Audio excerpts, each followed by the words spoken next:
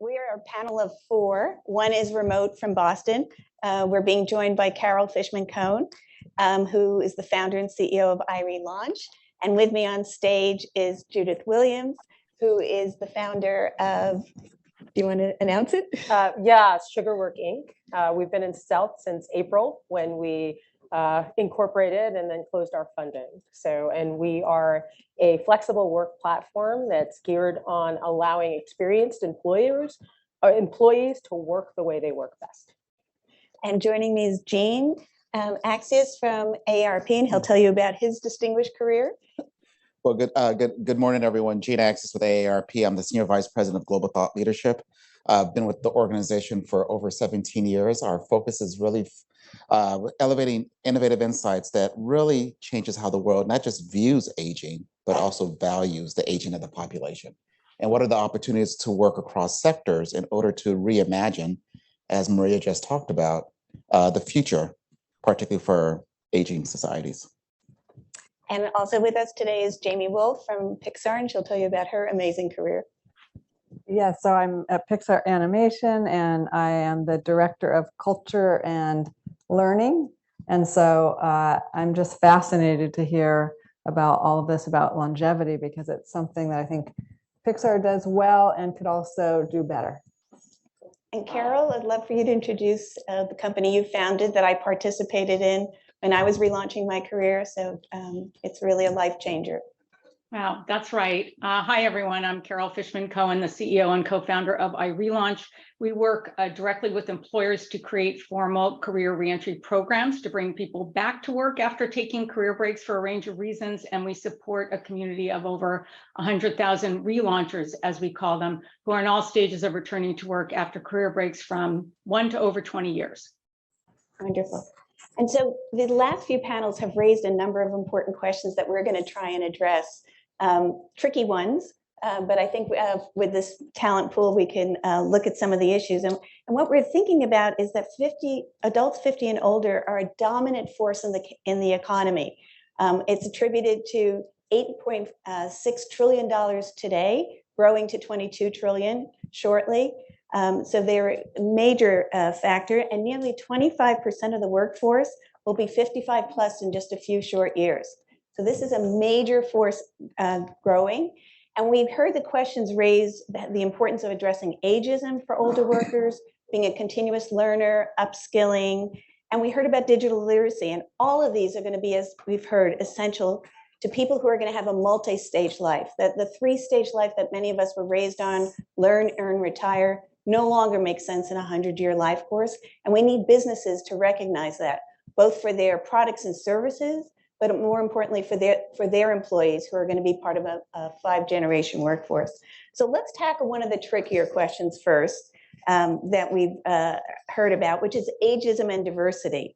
And a 2022 AARP Work and Jobs Data Series poll found that 2 in 3 adults age 50 plus, that's 62%, think older workers face discrimination in the workplace today based on age.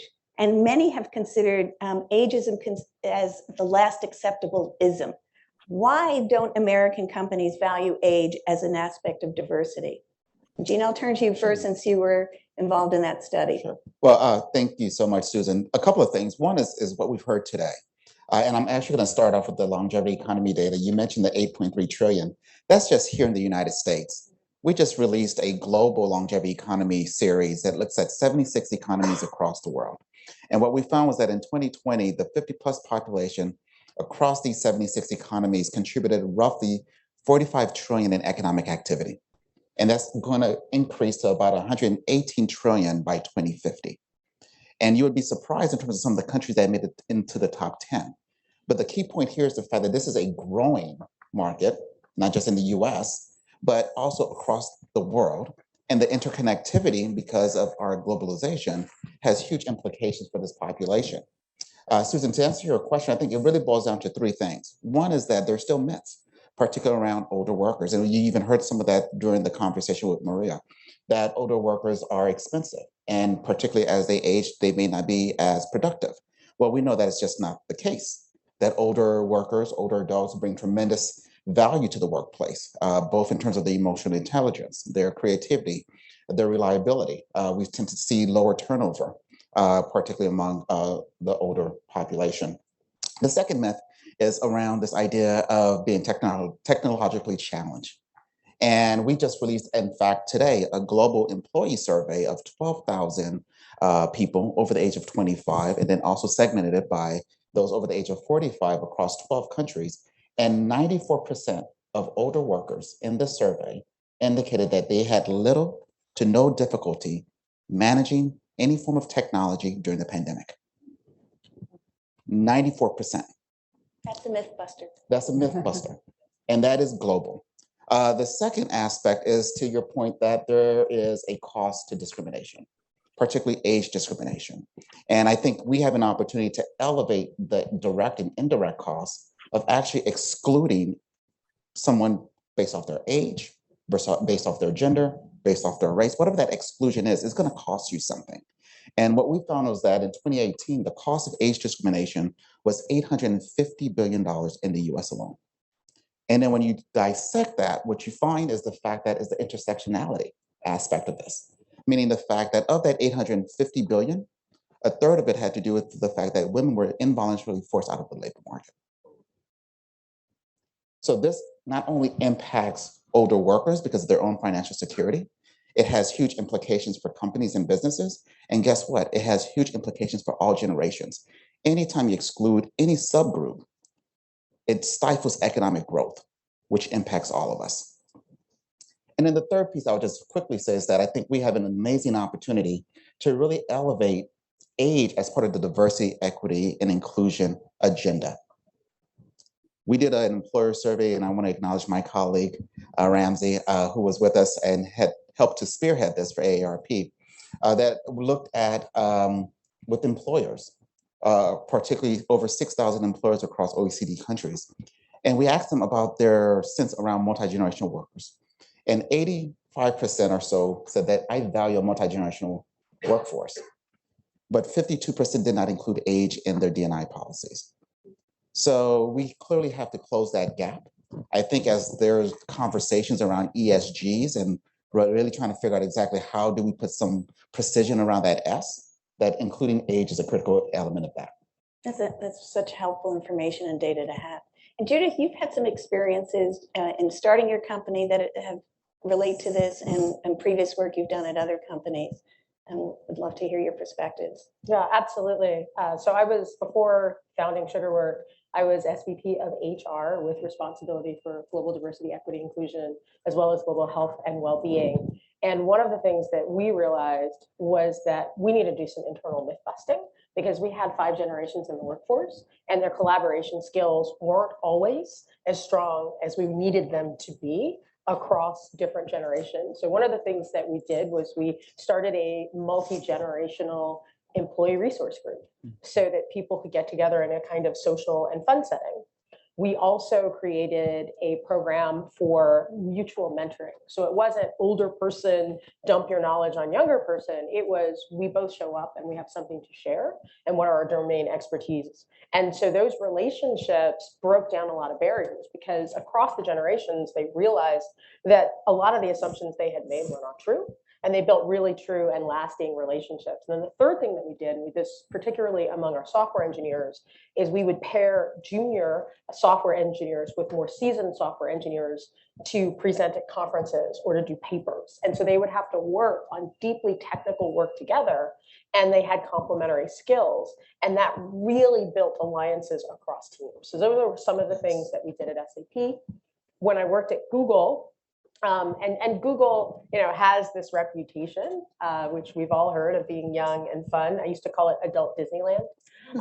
But we also had an employee resource group that was very much focused on what we call the Greyglers. At Google, everything is like the glers, like the Googlers, and what was interesting about the Greyglers at that time is anyone over 40 was eligible for Greyglers, right? And you're like, whoa.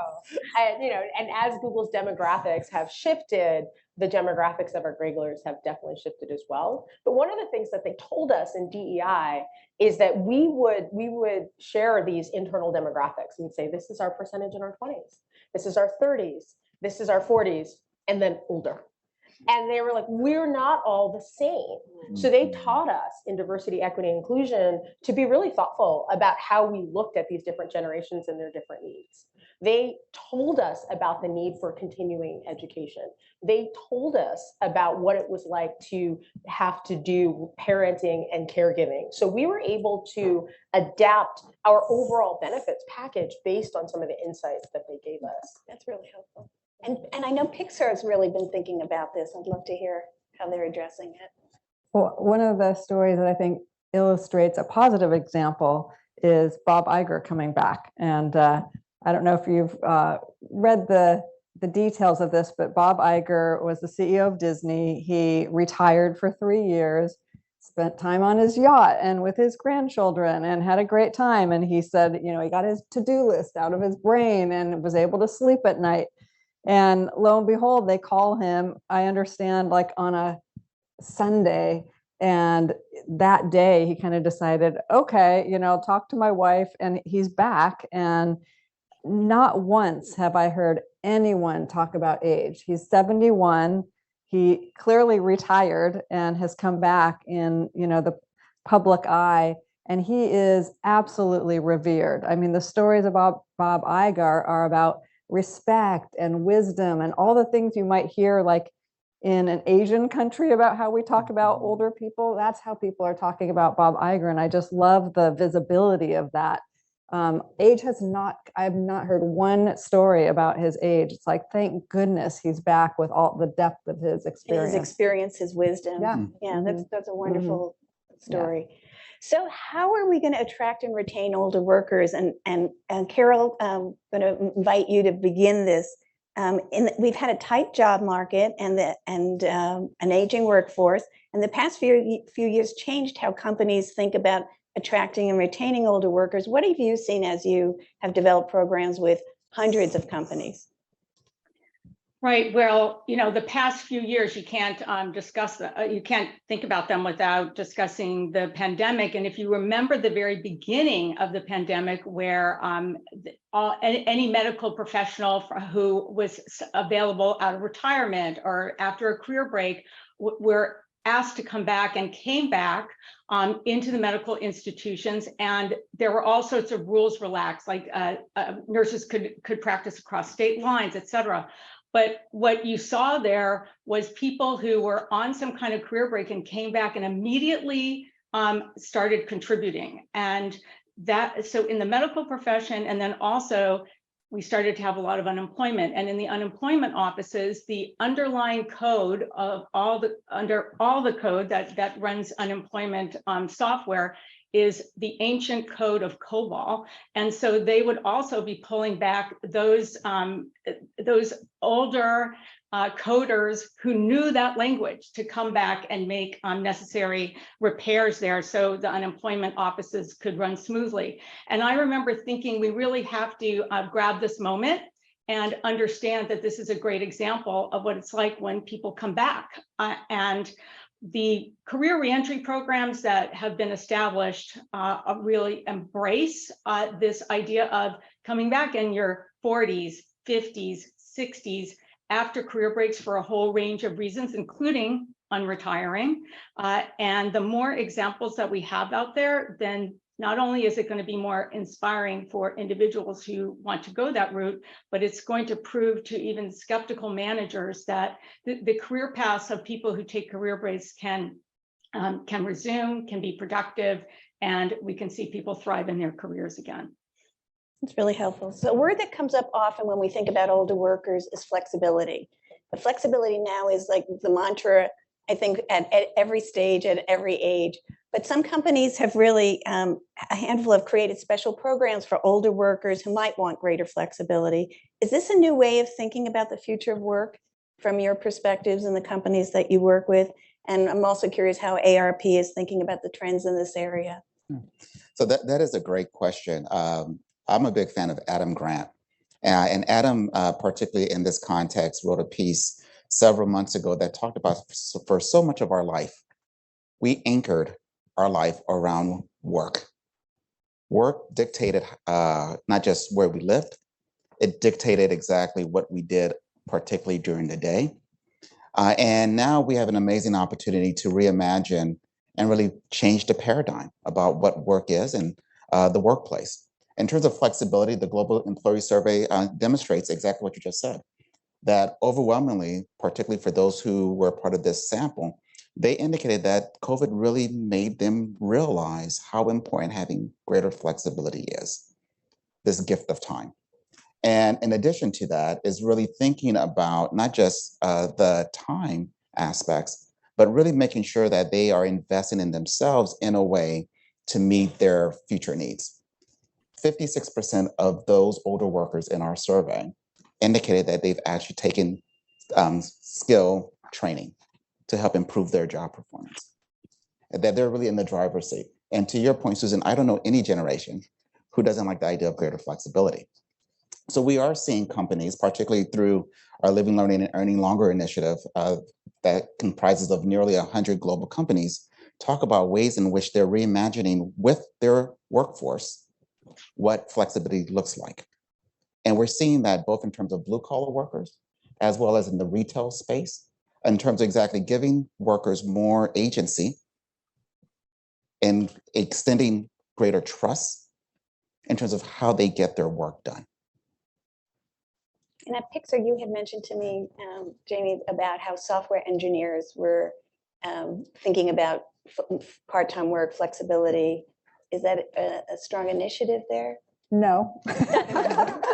But I mean, I think there's positive and negatives at Pixar. So what I think is really encouraging is we have 220 people at Pixar who have worked there for 20 years or more. So we have the pioneers of this industry, computer graphics. And the young people who come to Pixar are clamoring to meet with these pioneers. It's the reason they got into this field. And so I again see so much respect and so much deep admiration for the older people at Pixar. And yet, the bad news is if you talk to those people who are over 60 and have been at Pixar for over 20 years, I recently asked them, do you experience ageism?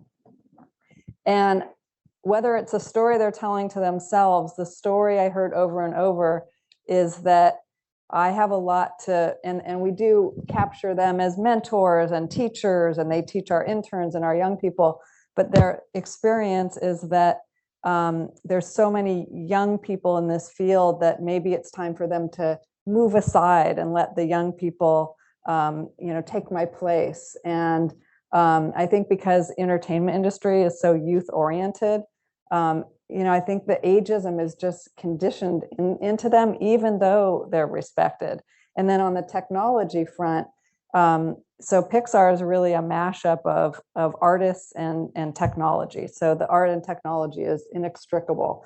So I was talking to an artist who's been, the head of art for many of the films that we love, and he has had to learn from going from 2D to learning technology, and it is hard. I mean, kind of contrary to what you're hearing this study, it does take this individual longer to learn this, and so I think it does infiltrate this person's consciousness about can I be in this field. That said, there is the learning, and maybe it is kind of a longer arc because this person didn't grow up with the technology. But I think there's just a dual thing going on with you can even be in an organization where you're revered, but at the same time have those internal stories, even demons about age. I mean, if we can normalize that digital literacy is important at every age, at every stage, and people learn differently. Some are visual learners, some are auditory learners, and there's a need for multiple doses of digital literacy, not just one time. Some of the work that I did research on for my book, I found out other countries have digital literacy programs nationwide that they pay for, the government pays for it, and it's available for free to everybody 50 and older. And it's not just one dose, it's multiple doses. And if we could have that, as we were hearing earlier, as upskilling within a company, but also some of our state initiatives were to take that on, or a federal initiative to make digital literacy available to everybody. And I know AARP and Google have partnered on making digital literacy available to minority communities and minority business owners. And this is just going to be, it makes sense that everybody will have to learn new technology that we've been hearing today.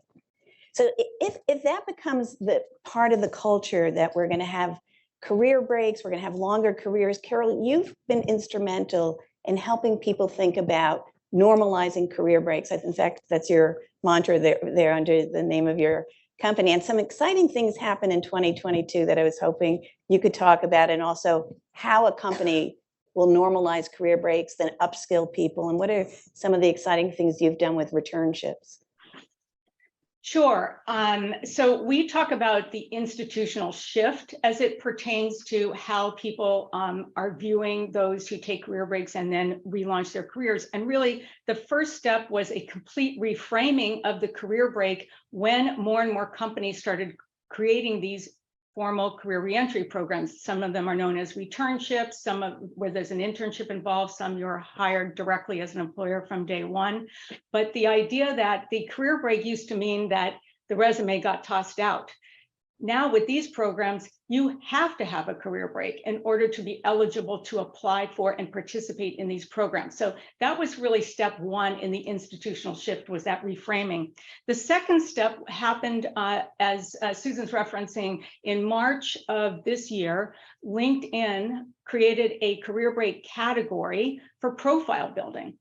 And that meant that you, just like anything else, you could take career break and put it in your profile. There's, I think, a drop-down menu with 13 different reasons why, and have a chance to explain what you were doing during your career break.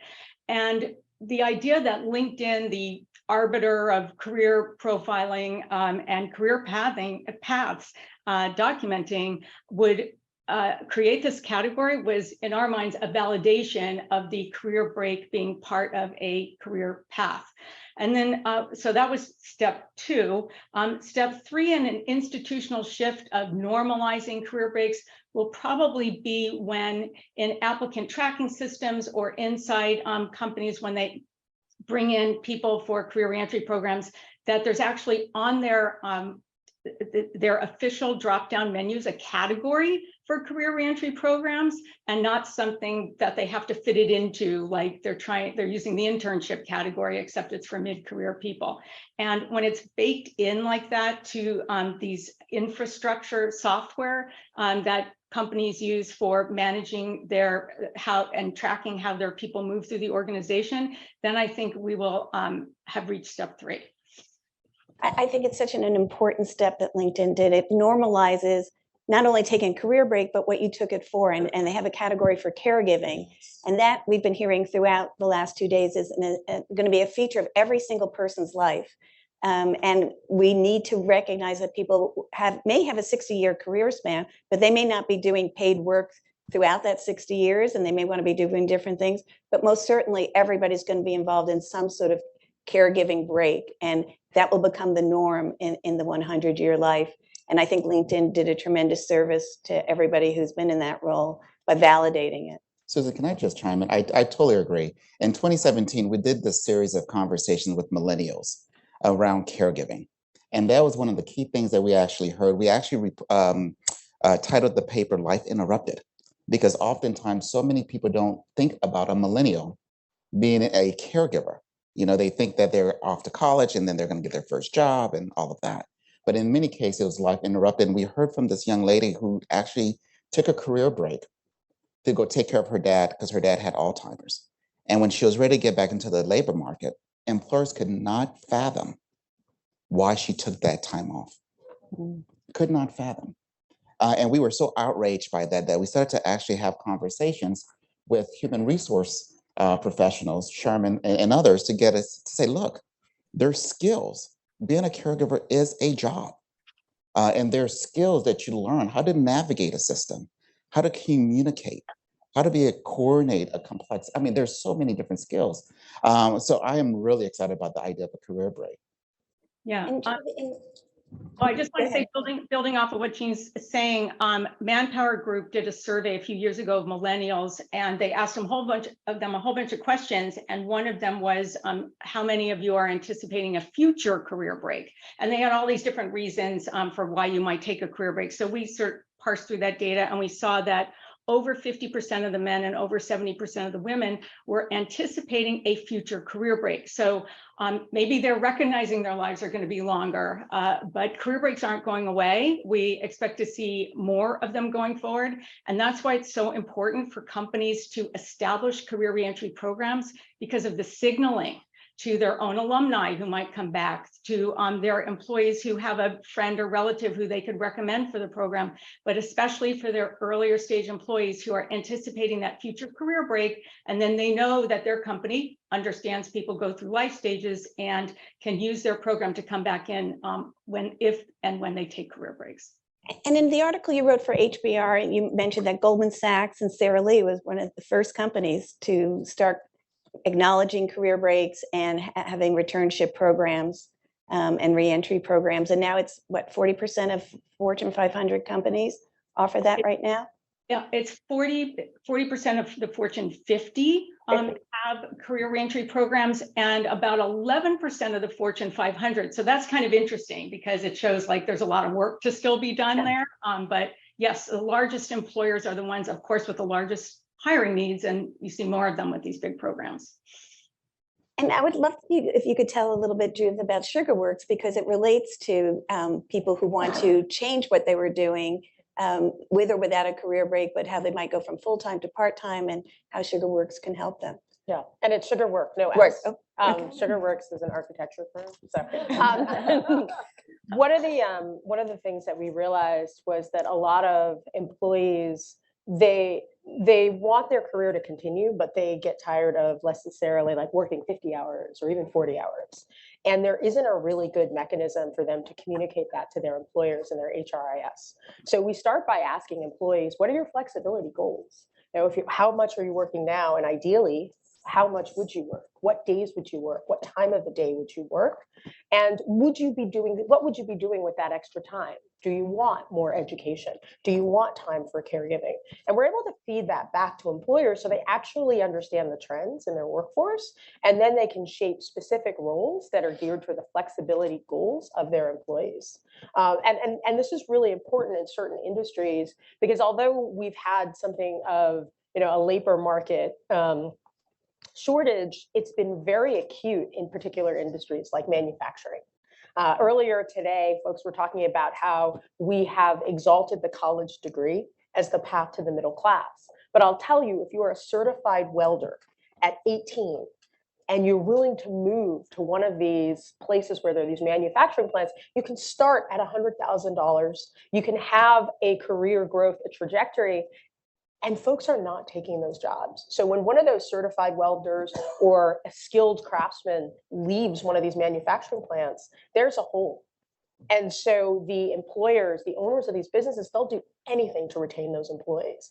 And I've had conversations with CEOs where they say, look, if they work 28 hours, I'm willing to pay them for a 40-hour working schedule, because it changes the calculus for them. They get to hold on to that knowledge.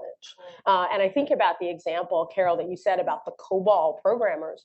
Eventually, we won't be able to bring them back. So if we don't have a mechanism for employers to unlock the knowledge of those skilled workers, we're going to really lose out. And so that's the other feature set for SugarWork, which is that while they scale down from full-time to part-time, we have a templated system that allows them to transfer their knowledge, that tacit knowledge. So not the stuff that you can put in a manual, but that stuff that you learn because you've been on the assembly line for 40 years and you know exactly when it's going to break down. How do you transfer that type of knowledge to the next generation?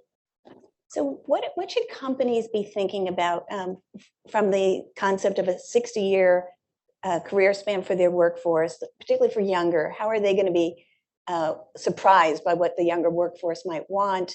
What should they build in to their upskilling programs, to their HR benefits, the flexibility, the culture? What would be the advice for companies from that perspective? And then how do they take advantage of then suddenly having, ideally, a 5-generation workforce, multi-generational teams who could do a whole lot better in designing with instead of for older adults and new products and services? What would you think are some of the recommendations every company should be thinking about for their longevity strategy for their company? You're looking at me. I just We're gonna go along the route. I mean, I think it's really interesting because the millennials, anecdotally that I hear from, it's so hard to make these movies. You're working so many hours, and especially, unfortunately, for women, it's like, can I raise a family and be a producer or a director of these films? So for 4 years, you're working very long hours. It's really hard to balance. So we're going to have to figure this out. But I don't think we have the answers yet. There's a couple of things. One is that I think that from a benefit perspective, is to really kind of think about the benefits and offerings from the lens of life stage and not necessarily age. So even the context of caregiving, for example, 25% of caregivers are millennials. So if you're an organization who's thinking about a caregiving policy and you're looking to target it to the average age of a caregiver, which is someone in their 40s, mid 40s, 47, you've just automatically missed an element of your workforce. The other way to kind of think about this, I know there's been a lot of conversation around student loan debt. And I know that there's some companies in the past who basically provided an offering, particularly if you're entry level to their organization, that this would be a way to attract you. Well, the challenge with that type of mechanism is that if we know, and AARP has done a lot of work around this, that there's many older adults who have student loan debt. And they have taken it out either for themselves or for a grandchild or for a child, and they're still paying that. So really thinking about how can you create a range of benefits that are ageless, if you will, and let's focus on life stage, I think is critically important. Right. Just a comment about one more thing that employers can do at the exit interview. So if someone's working and then they leave, what is the exit interview like if they're leaving to go on career break as opposed to going to work at another company or another employer? And to change the exit interview questioning and documentation so there's a way to stay in touch with people who are on career break and then bring them back, or have at least have that same employer be top of mind when the person is ready to come back. Excellent. I would say, as an HR person, we tend to think in FTEs. And so we need employers to start thinking about, well, what are the core skills that they need? What is the work that needs to be done, and what's the match between the skills and the work? And that concept of FTE is something that's fixed, and that we give you headcount. We'll say you get 10 headcount, and they're FTEs. And so managers think about a shortage mentality. So I think thinking about a different paradigm for how work gets done is going to be really important, and that will allow the kind of flexibility. Because what you'll find with many jobs is people leave because they want the flexibility. They'll go to Uber, or they'll go to Lyft or DoorDash, and you ask them why, and it's because even though they're making less, that flexibility is so meaningful to them. And so if employers can stop thinking about everything in terms of FTEs and think about, all right, we've got seasonal work for 3 months, we need you full time, and you'll come back next year at the same time, but for 9 months, you get to live your life. That's a very different paradigm. And so I think we need employers to just really think about the work that needs to be done and creating more creative, more flexible, more variable ways for employees to do it. And we had a discussion earlier where we talked about, we wanted to all abandon the word retirement, that we need to have unretirement and just have every employer understand that people want to be continuous learners, continuous workers, but maybe not sequentially, and that'll become a norm as we are hoping for with people having multiple career breaks. I think there's a lot of great material here for companies to embed in their thinking. Leadership matters. I think for every individual to have their own personal longevity strategy for their career. And I want to open it up to questions now here and virtually. Julia? Julia Randall-Khan from the Purpose Exchange. And we hear a lot about purpose at work and what different generations are looking for now. I mean, Gen Z, for example, making selections on what purpose programs are on offer. And I think it applies equally to older workers too. I mean, what are you seeing in terms of opportunities for people to get involved in things outside work, say volunteering, giving back, alongside their day job, as it were, to reflect what people's expectations are about their working environment and support they want from their employers? Well, I can certainly, I mean, one of the things that we saw at SAP was we gave folks specific time off to volunteer. We also had internal programs to match them with nonprofits if they wanted to serve on nonprofit boards. And we found that across the generations, people would take advantage of these types of opportunities, and that purpose became really, really important. And we also found, regardless of generation, they wanted to understand how the work that we were doing connected to their purpose. And it's been really driving employers to think about sustainability, to think about ESG, to think about climate change, because employees, regardless of generation, are very mindful of all of those particular issues. So both internally and externally, we're seeing that. And one of the most popular programs that we had at SAP was what we called our social sabbatical. And for a social sabbatical, employees would work on a project. It was usually in a developing nation, and it specifically leveraged their skills for nonprofits in those geographies. And they would go off for 2 weeks. And it was something that employees competed for. It was always oversubscribed.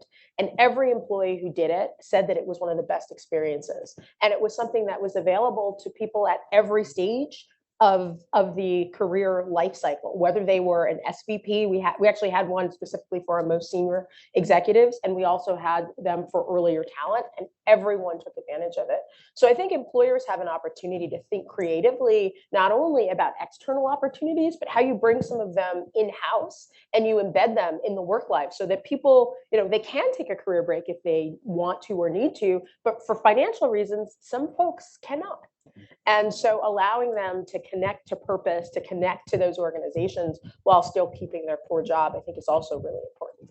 I'm curious if anyone's heard of a phase out program. So we have a phase back program when you're on paternity or maternity leave. You can phase back and come in slowly. But does anyone know of any phase out programs? Because that would be where you're of retirement age, on retirement age, and maybe you want to work 20 hours a week and do some of those projects of purpose that are outside the workplace. But I haven't heard of that, but curious. I think some law firms are doing that. Are they actually, phase out programs? Yeah. Where it's not like out, it's like partially out. Yeah. Yeah, I think it's called glide path. A glide path Glide or path. offboarding. Offboarding. Okay. Yeah. Just to go ahead. I'm sorry. Bob? I had another question. So Yeah. Just really quickly, at AARP, we have community builders hours. So it's 48 hours that anyone within the organization can use to actually volunteer at any point in time throughout the year. In addition to that, we have our day of service where you have an opportunity to just go out and serve. And then to the point that was made earlier, we have what we refer to as a renewal. So after 7 years within the organization, you can take 4 weeks of paid time off, and then you can tack on any vacation time to renew. And I think those have been some very generous benefits that I know that a lot of our workforce has taken advantage of to really find their sense of purpose and to find that sense of joy. And again, connecting it back to the mission of the organization, I think is critically important. Susan, I've got a question. Picking up on your idea of unretirement, what if, I'm curious what the panel thinks about next act, implicit in that there's something still to be done. Next act as just a concept or as a particular? As a term, a next act. I personally think there'd be next and next and next. I And don't think next there's just one yeah. next or a third act, as some people tend to say, or a third stage. I think there's multiple stages in a 100-year life. And we both know many people who are in their 80s and 90s doing amazing things and very different than what they had done before. But I think it's not going to be just one. I think it's going to be, that's my own personal bias, that'll be many. Yeah. I don't know if it was Serena Williams when she recently, and she said, I'm not retiring. I'm evolving. And I think that's a new stage. And I love that. I do too. Yeah, absolutely love it. Or the 67-year-old anesthesiologist who was profiled in the Wall Street Journal this summer, who then became a lifeguard because he thought about what was his happiest job before being an anesthesiologist.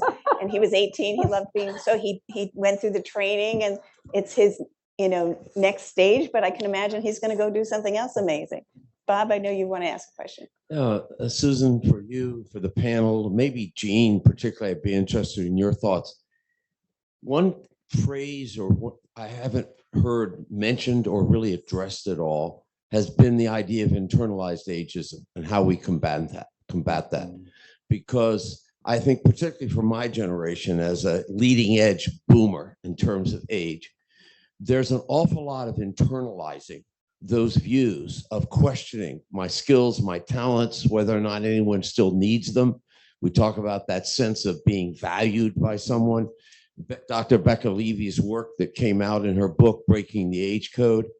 And so I'm interested for all of you, but maybe starting with you, Jean, how do we combat internalized ageism, which I think, at least for my generation, and I also see with Gen Xers, is a huge issue right now, a feeling like you're going to hit a cliff. And in society's views, and therefore your views, you don't have as much to offer anymore. Bob, first of all, I just want to thank you for using the term Gen Xers. No one ever talks about us.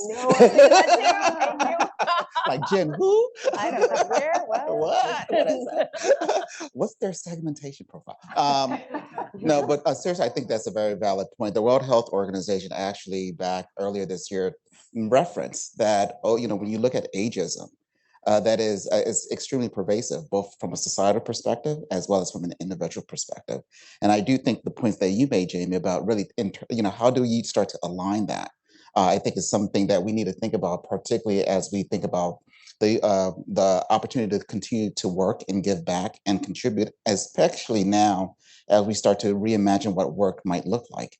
And I think that is probably part of the idea around exactly how are we creating that culture within the organization where people feel that they're valued, especially because there's a multi-generational workforce in play. I think many companies, at least from what we've heard from our global Living, Learning, Earning Longer initiative, say that, we don't necessarily know how to really leverage the age diversity within the workforce in a way that's going to be mutually beneficial. So I do think that we have a lot of learning to do, particularly in terms of recognizing our own biases for ourselves and how that might actually constrain our own ability, as well as thinking about the broader ecosystem. And I think we have to change the narrative. And there's actually an organization called Changing the Narrative that I would encourage you all to look at their website. And the DCIX program is partnering with them to see if we could be ambassadors to address ageism. And one of the points, and the simple ones, is if you forget something, don't say senior moment. Yeah. I mean, that you're projecting that onto yourself. Everybody forgets things. Everybody loses their keys or their eyeglasses or whatever. And they have a list of actionable steps that we can all individually take, that we can take collectively. Getting rid of birthday cards that are ageist and marketing campaigns that are ageist. There's a number of things that we become sort of victim to and get used to that we can all take on as an initiative to address ageism. So it's an excellent point. But I think we all individually and collectively can do something. And Carol, I'd love to have your contribution. Yeah, so one of the things that we talk about is the pressure that we have from society. Society tells us that our identity is so tied up in the work that we do. When we're not working, we are professionally disconnected for an extended period. We start to feel a diminished sense of self. And I think that's one of the reasons we might have this internal loop about telling ourselves about lack of worth, because society is telling us to think about ourselves that way. So that's why when you relaunch your career, it's not just a regular job search. You have to build back up your confidence and reinvigorate your networks and reskill or upskill, in addition to all the regular things that you might do for a job search. I just want to add, one of the things that I always noticed was we would highlight all of these young people and their accomplishments. 30 under 30, 40 under 40.